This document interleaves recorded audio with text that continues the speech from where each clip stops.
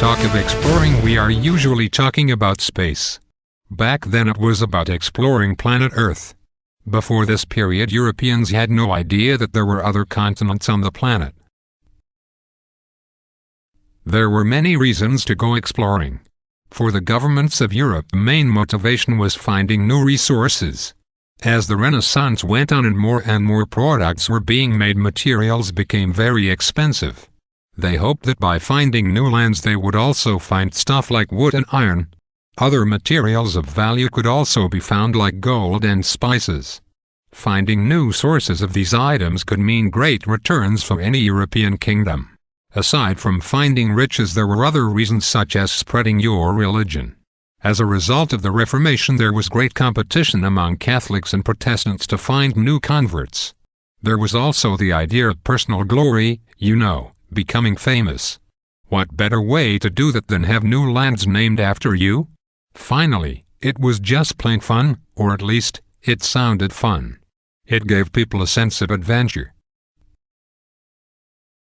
Even with all these great promises, there were reasons that many people dared not explore.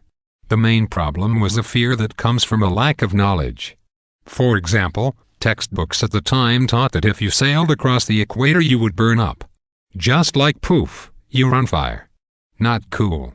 Also, many books said that the Earth was flat and had an edge. If you sailed too far you'd just fall right off the Earth entirely. While many educated people at the time knew these claims to be ridiculous, it was still common enough knowledge to stop many people from wanting to explore. One final reason that really was an issue was cost. It is very expensive to get a ship, hire a crew, and buy supplies. Few people could afford it. There really was one problem all the explorers hoped to solve. How can I get to Asia quickly and with lots of stuff to trade? There were great riches in Asia, and if you could get there faster than others you could earn more riches. Here's the options on a map as the Europeans saw it at the time. Notice that they had no idea that America even existed. Here's the overland route. This is basically the Silk Road. Simple, but slow. The second route is the Red Line. We can look at the map now and see that this obviously works, but back then they weren't sure. Some people even said there were sea monsters down there. The last route was the most untested. A few explorers believed you could reach the east by sailing west. The first option might better be called Marco Polo's route. He, as you know, traveled with his father to China at age 14. Well, at least that is what he claimed. Whatever the case, he was gone for a very long time and it took him 3 years to reach his destination. The route was very long and dangerous. There were deserts with bandits to cross, rough mountains, and lots of unknown terrain. While a trader could still make a lot of money from a successful trip on this route, the time commitment was just plain horrendous.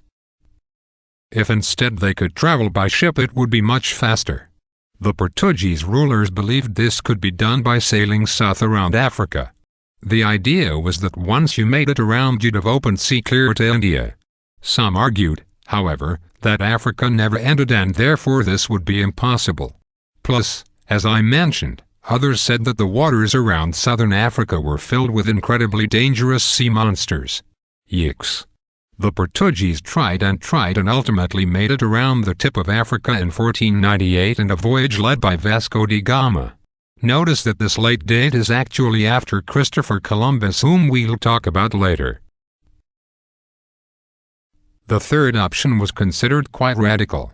In this option you'd go east by sailing west. The main proponent of this idea was Christopher Columbus. He believed he could reach China by sailing west from Europe. He believed that the huge ocean west of Europe was connected to the huge ocean east of China that Marco Polo had written about. In fact, he felt they were the same ocean. It may help to think of it like the old game Pac-Man. In that game, if you go off one side of the map you could back out on the other side. That was Columbus's idea for reaching the east.